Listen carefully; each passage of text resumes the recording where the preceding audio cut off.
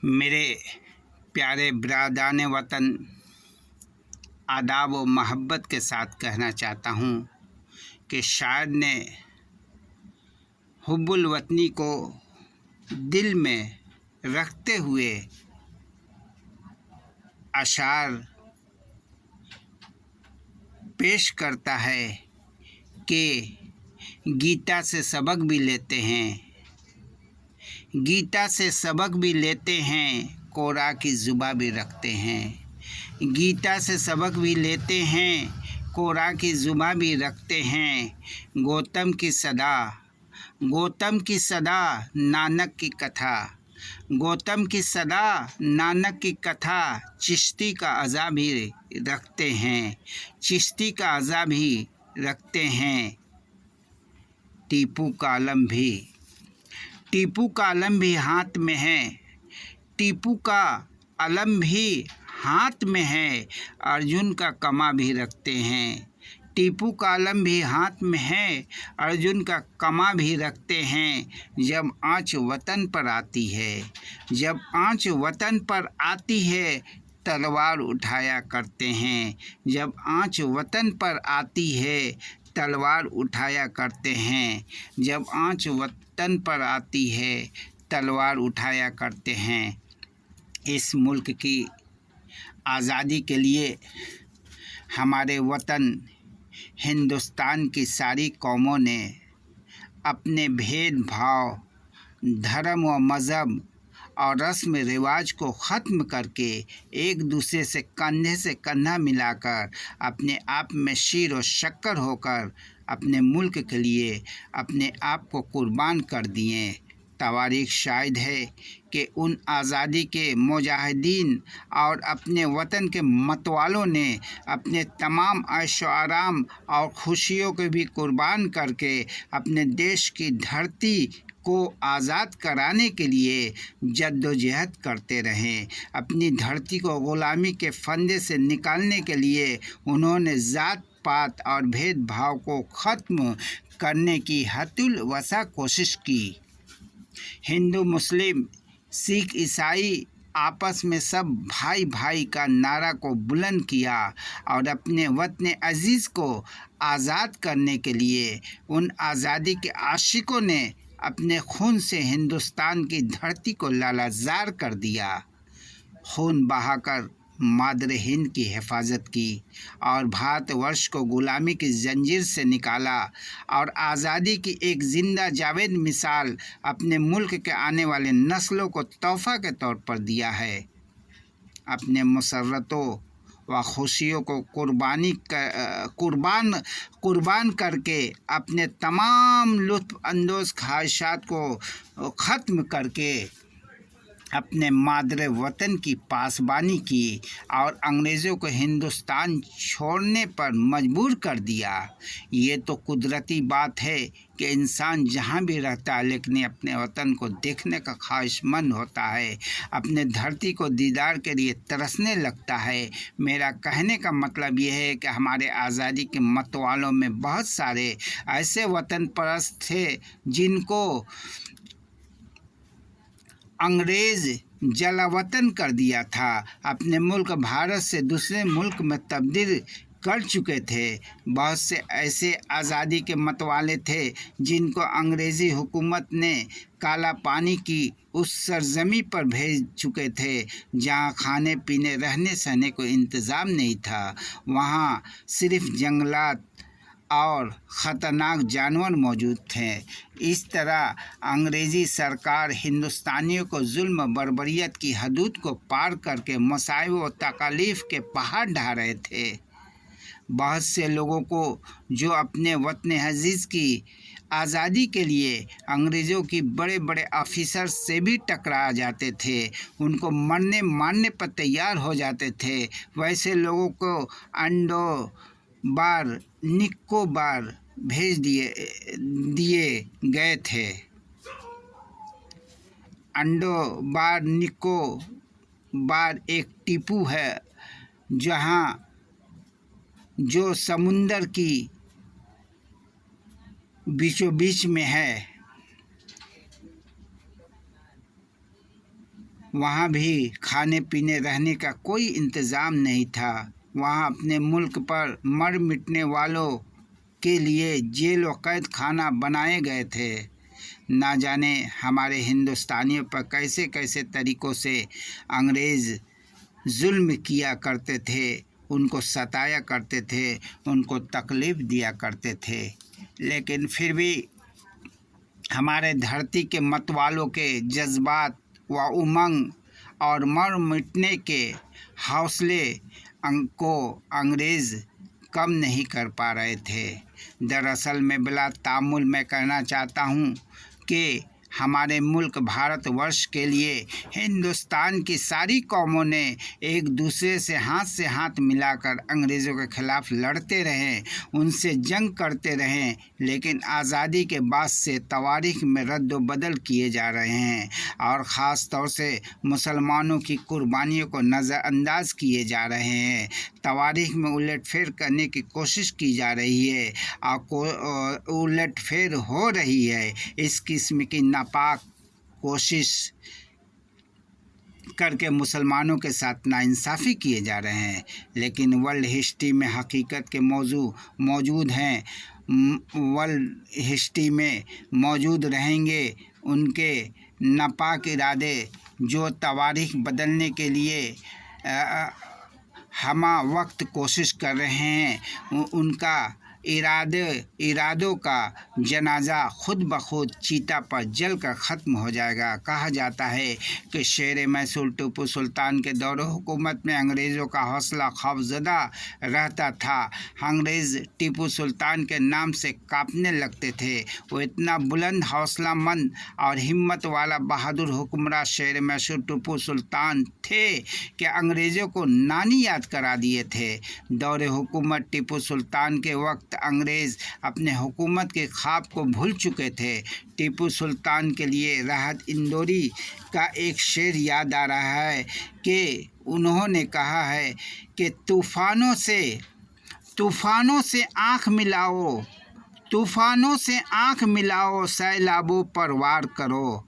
तूफ़ानों से आँख मिलाओ, सैलाबों पर वार करो। मल्लाहों का चक्कर छोड़ो, मल्लाहों का चक्कर छोड़ो, तैर के दरिया पार करो।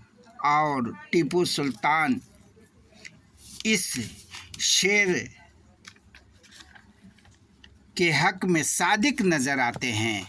टीपू सुल्तान शहंशाह मैसूर का हुक्मरान थे, जो आज कर्नाटक रियासत में एक मशहूर मारूफ शहर का नाम है।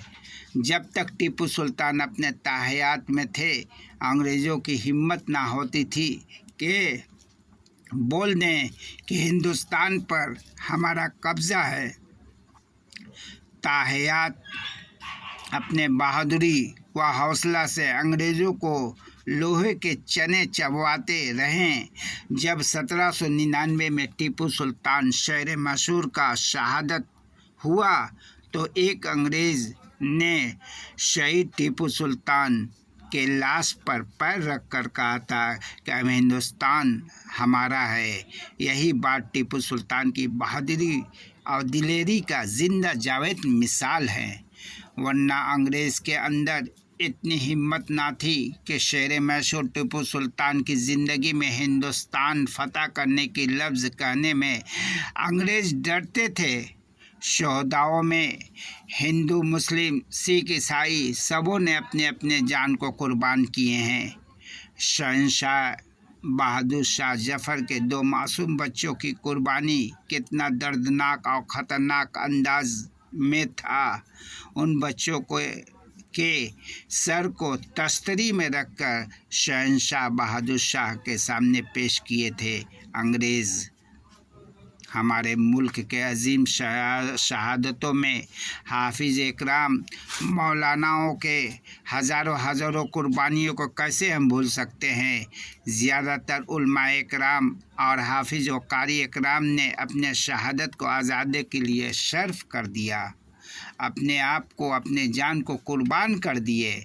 उन शोहदाओं के लिए 4 में से पेश करना मुनासिब समझता हूँ कि शायर के हवाले से उनका कहना था कि खुदा की राह में हम कोई समझौता नहीं करते, खुदा की राह में हम कोई समझौता नहीं करते, मगर खाके वतन तुझको कभी रुसवा नहीं करते। खुदा की राह में हम कोई समझौता नहीं करते, मगर खाके वतन तुझको कभी रुसवा नहीं करते।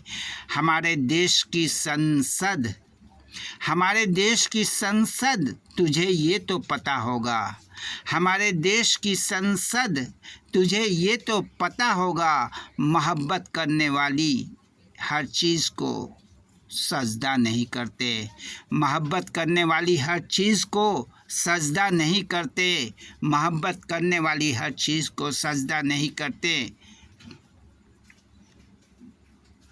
ये दो अशार हमारे उलमाए किराम, हाफिज़ किराम जो शहादत पा चुके थे, उनके लिए सच साबित होता है। अपने वतन पर मर मिटने का जज्बात दिल में लिए वो वतन अज़ीज़ की राह में कुर्बान हो गए। उनकी रूह से ये सदाएं आ रही हैं, कल हम क्या थे और आज हम क्या हो गए। कल तक हिंदुस्तान की तवारीख में हमारे वतन के लिए मर मिटने के कसीदे पढ़े जा रहे थे, अशार व शेर व शायरी किए जा रहे थे, हमारी तारीफ़ हो रही थी।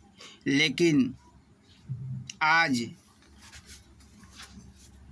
हमारे नाम को तवारीख से मिटाया जा रहा है।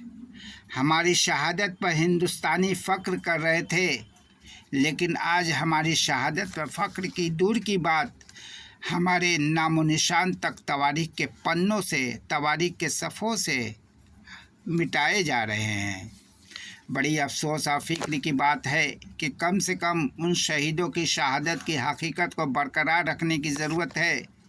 लेकिन अफसोस के साथ कह रहा हूँ कि अल्लाह खैर करे ऐसे सोचो फ़िक्र के लोगों से जो मरने वाले के साथ भी बेइंसाफ़ी कर रहे हैं। कहा जाता है कि आज भी लाल किला और इंडिया गेट के दीवारों पर टोटल 95,300 शहदाओं के नाम लिखे गए हैं। उन शहदाओं में सिर्फ मुसलमान शहीदों के नाम 61,395 हैं। मैं कहना चाहता हूँ, तवारीख के बदलने वालों से ये नाइंसाफ़ी ख़त्म करें, ये नाइंसाफ़ी को ख़त्म करें, उनके साथ इंसाफ करें जो हमारे मुल्क की आज़ादी में अपने आप को कुर्बान हो गए हैं। मैं कहना चाहता हूँ कि हिंदू, मुस्लिम, सिख, ईसाई अपने मुल्क, अपने वतन की तरक्की व उरूज के लिए कदम से कदम मिलाकर आगे बढ़ने की कोशिश करें।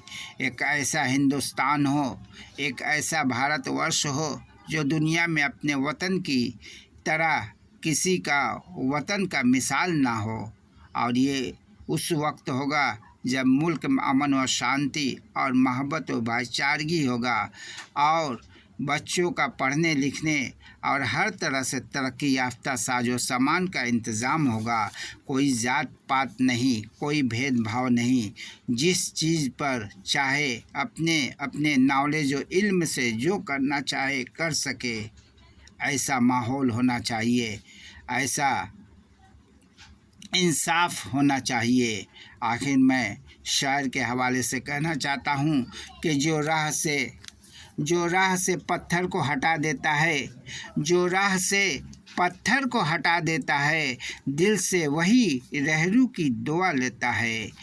जो राह से पत्थर को हटा देता है, दिल से वही रहरू की दुआ लेता है। होता है वही सुरखरू ज़माने में, होता है वही सुरखरू ज़माने में, जो शमा सरे राह जला देता है, जो शमा सरे राह जला देता है, जो शमा सरे राह जला देता है। जय हिंद, जय हिंद, जय हिंद। हमारा भारत जिंदाबाद, हमारा भारत जिंदाबाद, हमारा भारत जिंदाबाद।